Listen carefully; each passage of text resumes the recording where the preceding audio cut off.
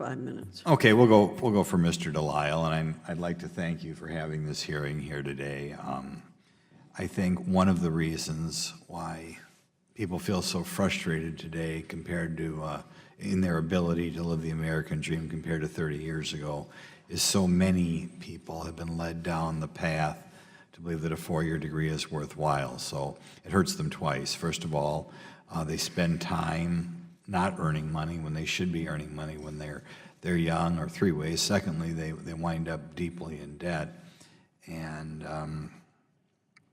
in any event, a question for Mr. Delisle. A recent New York Times editorial board article titled "Student Debt's Grip on the Economy" made the argument I've been making for the last 2.5 years, that our current financing of higher education disincentivizes young couples from getting married, having children, and buying homes. I can personally say I recently talked to a young couple back in my district.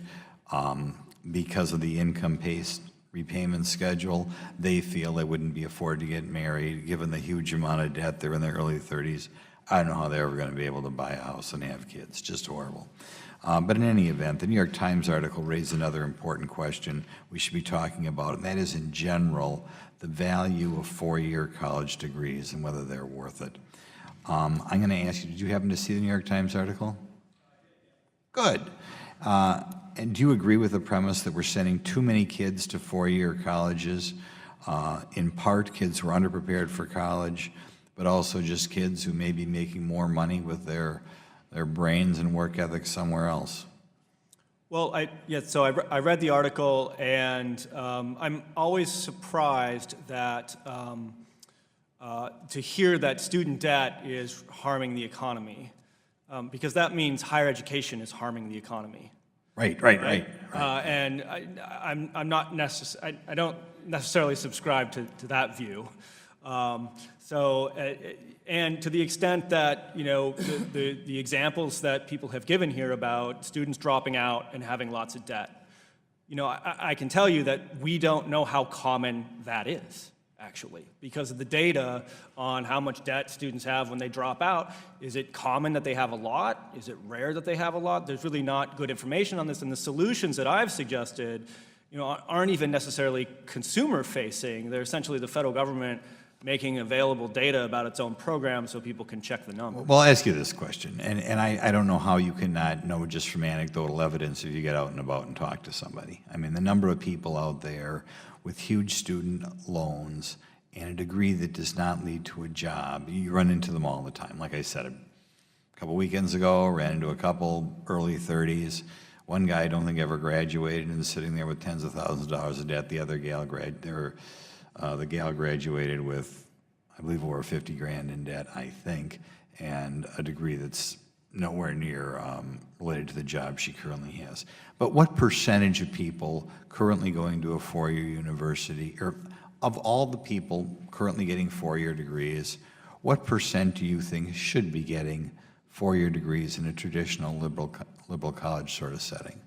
And we should peel it back by 20%, 30%. What do you think? Yeah, I don't know what the right number is, but I'll point out your comment about by just looking at anecdotes. So I'll restate my testimony from this morning, which is, I think, with a $1.3 trillion program, taxpayers deserve policies that are better than those made by anecdote.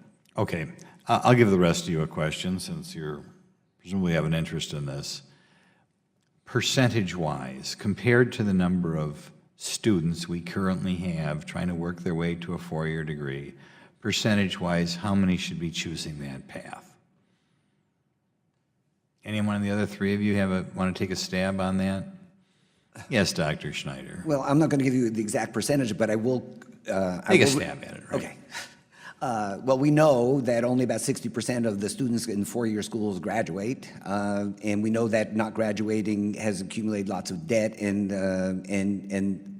bad employment outcomes. But to answer I think to flesh out your point, I will just give you not an anecdote, but a data point. In the state of Florida, the highest paid credential from all post-secondary institutions, four-year, two-year district training centers, is elevator mechanic. $95,000 wage, 100% placement rates. Good. The career and technical education is one of the things that we need to emphasize, and we need to get away from the four-year bachelor's addiction, which I believe is part of your point. Right. It would be nice if one of the four could at least take a stab at that.